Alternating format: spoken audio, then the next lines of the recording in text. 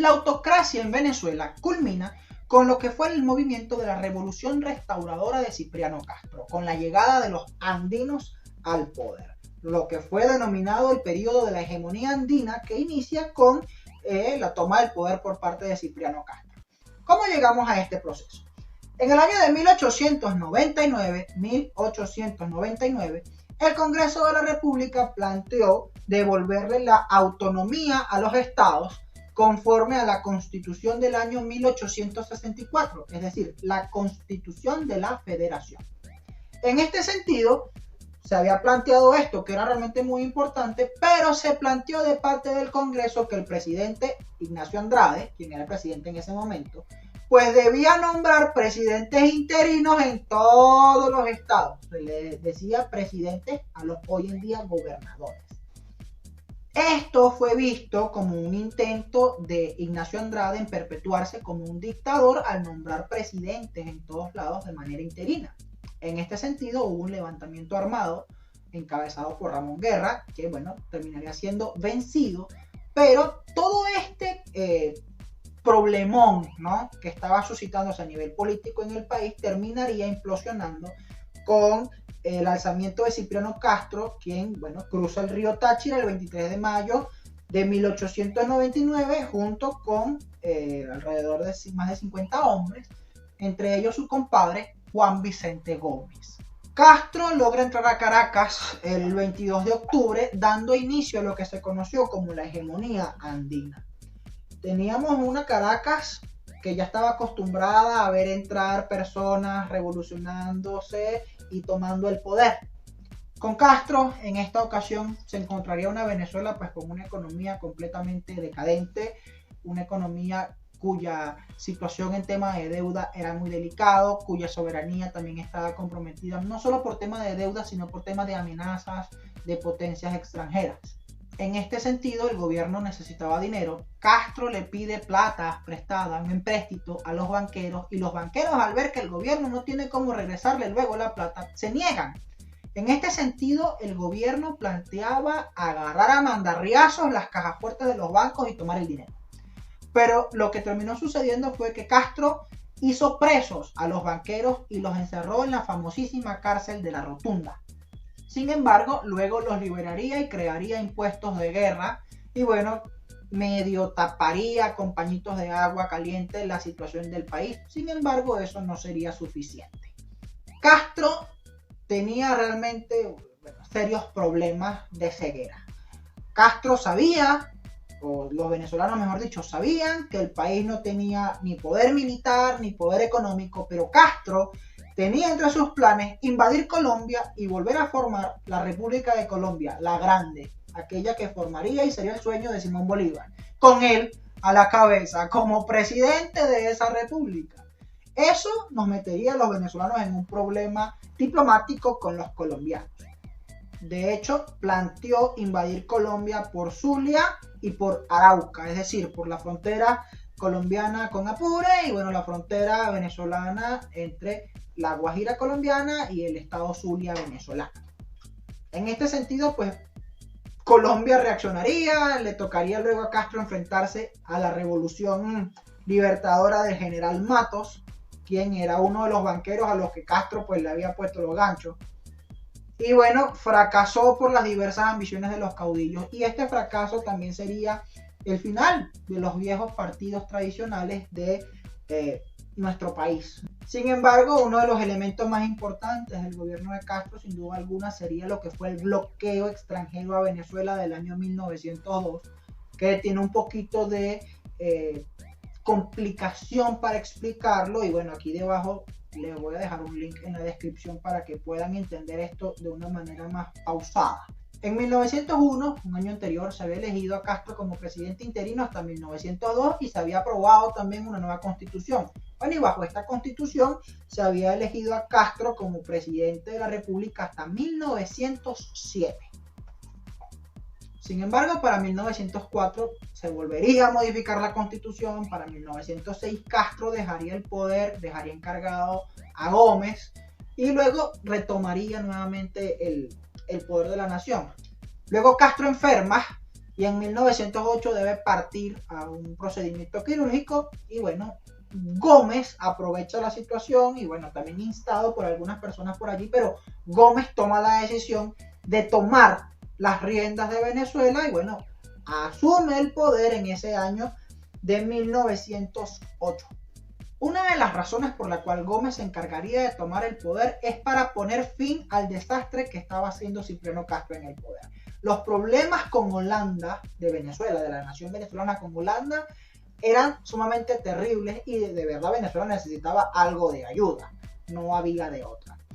Gómez decide pedir auxilio a Estados Unidos y Estados Unidos, que bueno, necesitaba también solventar algunos problemitas económicos en Venezuela, pues se aprovecha de la situación y bueno, Gómez evita los disturbios en la calle, evita los problemas con Holanda, pero cede en gran sentido la soberanía venezolana en cambio de favores de protección por parte de los norteamericanos.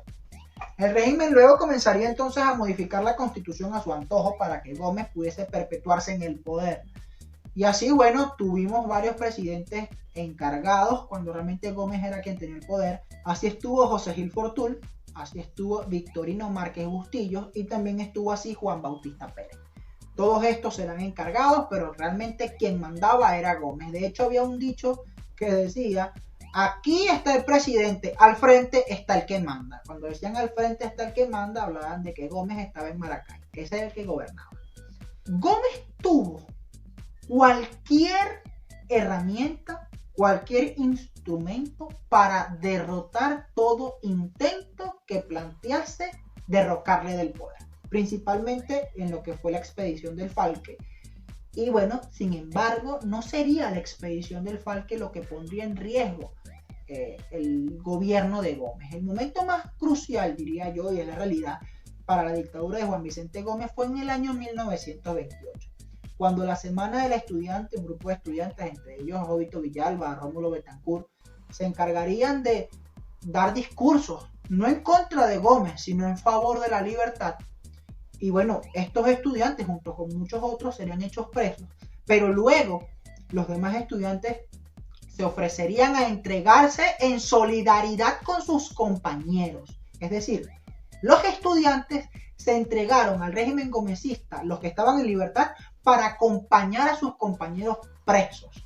Esto generaría un shock en la sociedad, principalmente caraqueña, y comenzarían a haber grandes protestas en la ciudad de Caracas, y bueno, esto haría que Gómez termine liberando en su momento a los estudiantes, pero eso sería uno de los momentos más cruciales de lo que fue pues la dictadura de Juan Vicente Gómez. Sin embargo, el elemento de Juan Vicente Gómez más importante sería la deformación de la economía. Y la deformación de la economía en Venezuela se da gracias a la explotación petrolera, que básicamente inicia en gran cantidad a partir del año 1914. ¿Cuál era el contexto? Explotación petrolera, pero en un país que no tenía capacidad técnica, un país que no tenía recursos. Teníamos un régimen completamente entreguista como el de Gómez.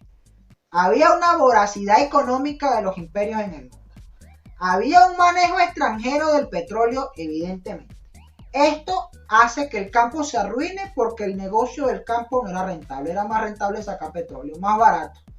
Además, se sustituyeron las tierras productivas para tener hatos y ganados, principalmente, por supuesto, en manos gomecistas, todo lo que ahora es un latifundio gomecista.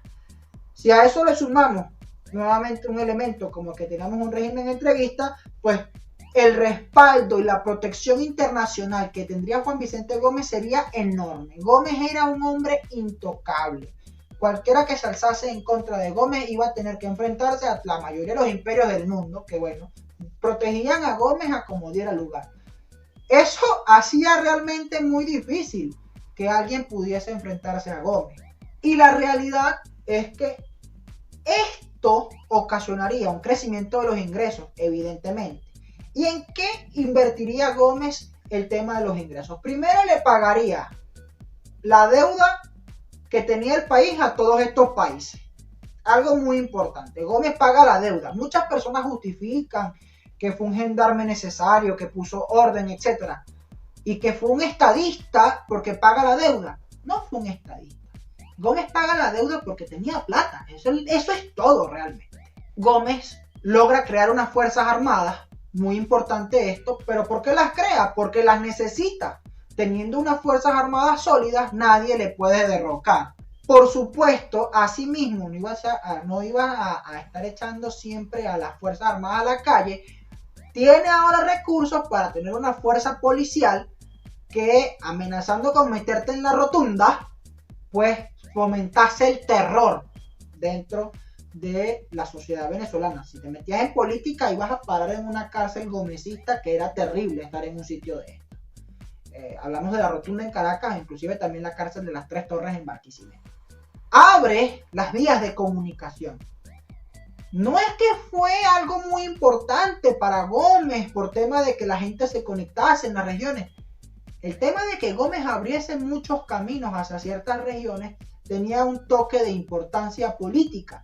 Si tú tenías cerca el llegar de una ciudad a otra en el país abriendo caminos, pues era más fácil tener el control de las regiones donde pudiesen haber caudillos. Gómez, al abrir las carreteras, acaba con el poco caudillismo regional que quedaba en el país. ¿Por qué? Porque ahora podía desplazar a cualquier parte del país más rápidamente tropas para someter cualquier alzamiento sin necesidad de que se fuesen a alzar en Caracas. Si tú tenías tropas y estabas en el Táchira, o estabas en Zulia, o estabas en Anzoátegui, o estabas en Lara, el ejército de Gómez tenía la capacidad de ir hasta donde tú estabas a doblegarte.